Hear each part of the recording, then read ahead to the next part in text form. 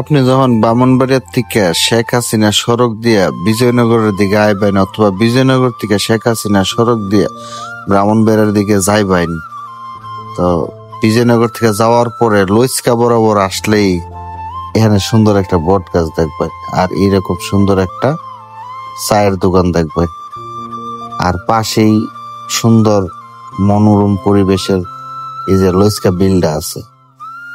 এখানে বাতাসে কুমকুমি রাখে সবসময়, এত ভালো লাগে। তো সবসময় আই যায় আর কোনো সময় বইছি না। তো সেদিন মনে করলাম একটু বইয়া দিয়ে কেমন লাগে। উম্মা বয়ার পরে যে ভালো লাগতেছে, বাতাসে কুমকুমি ডাকতেছে। আমার তো অস্থির ভালো লাগছে রে ভাই, কইয়া বুঝে দিতাম না।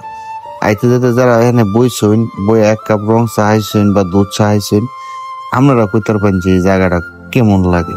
আমার কাছে অসম্ভব ভাল লাগছে, আপনাদের কাছে ভাল লাগেনি জানায়েন। আর কেডা কেডা বইছেন এখানে এটাও কিন্তু কইেন। আর যারা বইছেন না তাড়াতাড়ি বইয়ের, তাহলে এই জায়গার মজাটা বুঝবেন। আর বর্ষাকাল ফানি তাহলে তো মনে করেন যে অস্থির। আপনার গাছের পাতাটি কিভাবে লড়তেছে দেখতেছেন, এই গাছের পাতাটি লড়া দেখি আপনি আন্দাজ করে নিতে বোঝে এনে কি পরিমাণ বাতাস থাকে। শীতের দিনে তো এনে কম্বল বয়ে তখন যেত না, যে একটা অবস্থা বাতাসের। খুব ভাল লাগে এই জায়গার উঠতে।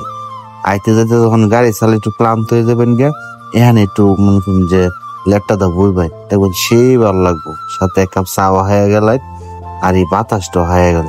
এটা হইলো ন্যাচারাল বাতাস। এইগুলাতে আপনার কোনো অনুভূতি নাই। এইগুলা মনে করেন স্বাস্থ্যের জন্য উপকার। কয়ে বোঝান যেত না কত যে উপকার। আহারি আমার এনে বইছি করে উঠবারই মন চায় না। কি কমু, কি যে একটা শান্তি।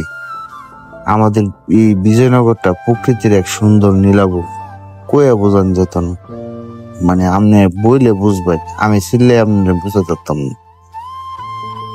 তো মানে যারা যারা বইছেন জানায়েন, ভিডিওটা কেটা কই থেকে দেখতেছেন দয়া করে জানায়েন। আমি বিজয়নগরে ফুলাম মোহাম্মদ হাবিব আসলাম আপনাদের সঙ্গে।